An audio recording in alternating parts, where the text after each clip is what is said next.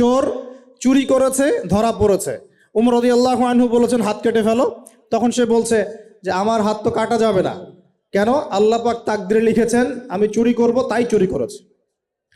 তো উমর রাদিয়াল্লাহু আনহুর সামনে এই কথাটা বলেছে। আর উমর রাদিয়াল্লাহু আনহু কি বিচক্ষণ মানুষ ছিলেন না বোকাশোকা ছিলেন? বলেন, তার মতো শাসক পাওয়া যাবে? তার মতো আরো একজন শাসক আসবে ইনশাআল্লাহ পৃথিবীতে। তার নাম কি? নবী ঈসা আলাইহিস সালাম, ইনশাআল্লাহ তাআলা। এবং তার আগে আরো একজন ইমাম আসবেন। তার নাম কি?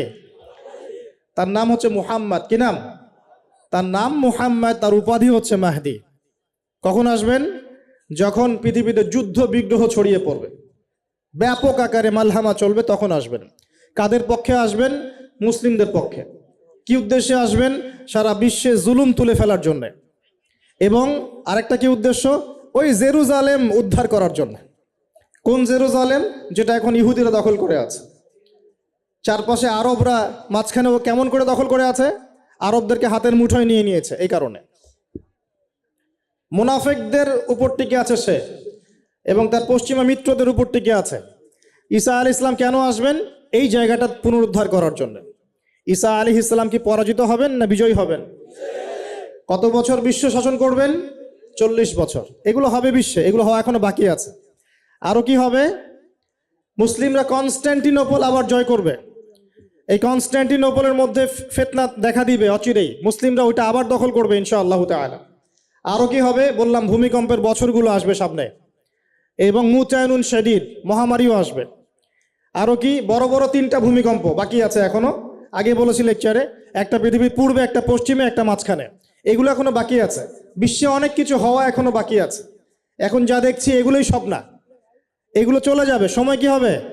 চলে যাবে। আরো নতুন সময় আসবে ইনশাআল্লাহ তাআলা। আমাদের দায়িত্ব কি? আমাদের দায়িত্ব পরিস্থিতি বুঝে দিন ধরে রাখা, আমল করা, এবং মানুষকে দিনের দিকে আহ্বান করা। আমরা যদি দায়িত্ব পালন না করি তাহলে কি হবে? আল্লাহ পাক আমাদেরকে সরিয়ে দিয়ে নতুন কওম নিয়ে আসবেন। আল্লাহ পাক সূরা মুহাম্মাদে বলেছেন ওয়া ইন তাতাওয়াল্লাউ, তোমরা যদি মুখ ফিরিয়ে নাও, ইয়াস্তাবদিল কওমান গায়রাকুম, আল্লাহ পাক নতুন কওমকে তোমাদের জায়গায় স্থলাভিষিক্ত করবেন। সুম্মা লা ইয়াকুনু আমসালাকুম, তারা তোমাদের মতো হবে না, মানে আমাদের মতো অপদার্থ হবে না। উম্মার বিজয়ের শর্ত কি? আল্লাহ সূরা মুহাম্মাদেই বলেছেন ইন তানসুরুল্লাহ ইয়ানসুরুকুম, তোমরা আল্লাহর দ্বীনকে সাহায্য করো, তবেই আল্লাহ তোমাদেরকে সাহায্য করবে। ওয়া ইউসাব্বিত আকদামাকুম, তোমাদের পা আল্লাহ দৃঢ় করে রাখবেন। আমরা আল্লাহকে সাহায্য না করলে আল্লাহ পাক আমাদেরকে সাহায্য করবেন না। সিম্পল।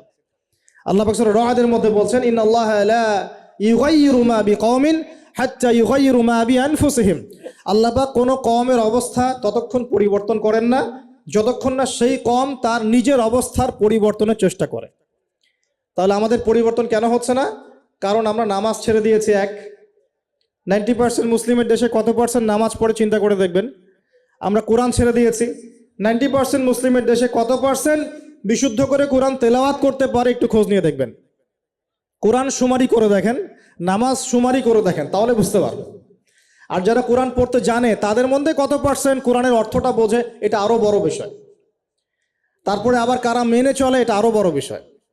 আর আমরা কতজন মানুষ দিন ইসলামকে সামগ্রিক দিন হিসেবে মানি, এটাও একটা বড় বিষয়। আমরা মানি ঠিকই, আংশিক আংশিক। যেমন ইবাদত বন্দেগীর জীবনে মুসলমান, অর্থনৈতিক জীবনে গিয়ে আবার সুদখোর, এমন না বিষয়টা?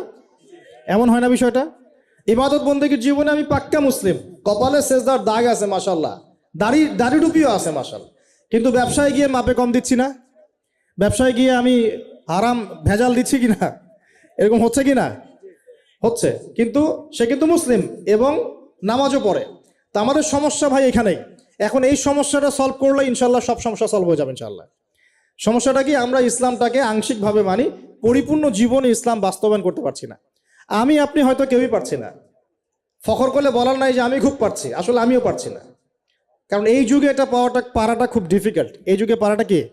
খুবই কঠিন। কিন্তু এটাই তো এই যুগের চ্যালেঞ্জ। নবীজি বলেছেন তোমাদের সামনে এমন যুগ আসছে যে যুগে ঈমান ধরে রাখাটা হাতের মধ্যে আগুন ধরে রাখার মতো হবে। তবে সুসংবাদ ওই যুগে তাদের জন্যে যারা আমার সুন্নতকে আবার জীবিত করতে পারবে, যে আমার মৃত সুন্নতকে জীবিত করবে, আল্লাহ পাক তাকে দুধ মানে প্রেমময়, আল্লাহ পাক ভালোবাসেন কিনা? তাহলে এই পুরো মহাবিশ্ব সৃষ্টি করে আল্লাহ পাক কি মহাবিশ্বের মধ্যে ভালোবাসা ছড়িয়ে দেন নাই? আল্লাহ রাব্বুল আলামিন 6 দিনে মহাবিশ্ব সৃষ্টি করে মহাবিশ্বের সব জায়গায় যার যার কাজ তাকে বুঝিয়ে দিলেন।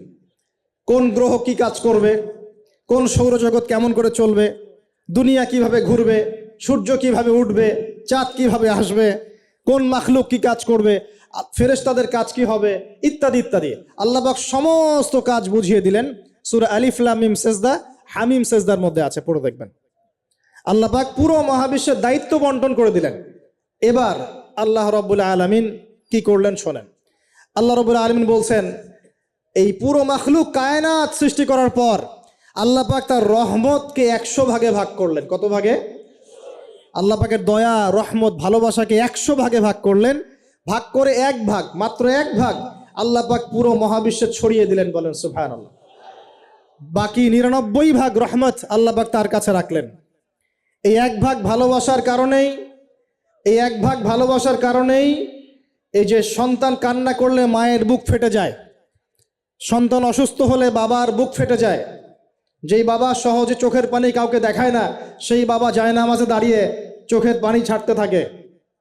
এই এক ভাগ রহমতের কারণে আমরা দেখি যে রাস্তার কুকুর পর্যন্ত তার বাচ্চাকে চাটে, আদর করে, মহব্বত করে। এই এক ভাগ রহমতের কারণে আমরা আমাদের স্ত্রীদেরকে মহব্বত করি, স্ত্রীকে সুখে রাখার জন্য জীবনটা পর্যন্ত বিলিয়ে দেয়। সকাল থেকে রাত পর্যন্ত কোনো কোনো ক্ষেত্রে হারাম পথে যেতেও দ্বিধা করি না, স্ত্রী সন্তান সুখে থাক এই আশায়, তাই না ভাই? এই এক ভাগ রহমতের কারণে, এই এক ভাগ রহমতের কারণে গাভী দেখবেন, গাভী তার বাচ্চাকে প্রসবের পর চাটে, গাটা চেটে পরিষ্কার করে দেয়। এই এক ভাগ রহমতে পুরো কায়নাত টিকে আছে। আর নবী সাল্লাল্লাহু আলাইহি ওয়াসাল্লাম বলছেন, বাকি 99% রহমত আল্লাহ পাক তার কাছে রেখেছেন। এই রহমত এবং ভালোবাসা দিয়ে আল্লাহ পাক কিয়ামতের মাঠে মানুষকে মাফ করবে ইনশাআল্লাহ। তার মানে বলেন আল্লাহু আকবার। তার মানে আমরা আশা করতে পারি ইনশাআল্লাহু তাআলা আমরা আল্লাহর জান্নাত পাবো ইনশাআল্লাহ। পাবো কি না? শুধু একটা কাজ যদি উম্মত করতে পারে জান্নাত পাবে। বলে দিব কোনটা? অনেক কাজই আছে কিন্তু স্পেশাল একটা কাজ, একটা।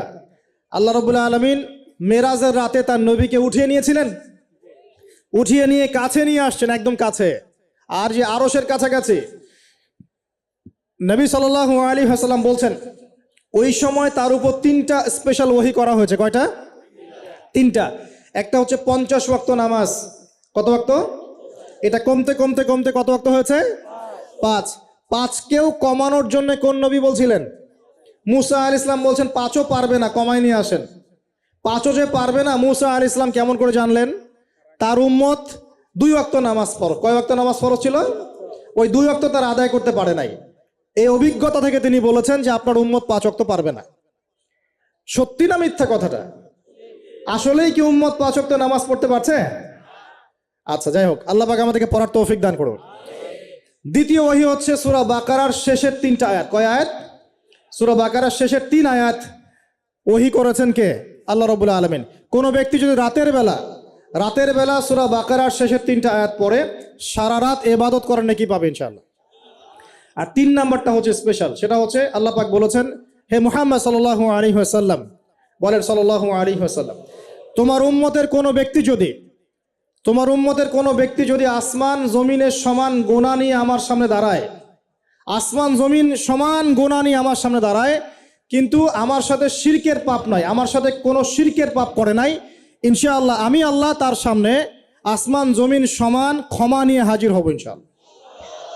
তার মানে আমরা যদি ইনশাআল্লাহ তাআলা শিরকের পাপ থেকে দূরে থাকতে পারি, ইনশাআল্লাহ আশা করা যায় আমরা আল্লাহর সন্তুষ্টি পাবো ইনশাআল্লাহ। এরপর আল্লাহ রাব্বুল আলামিন কি করলেন?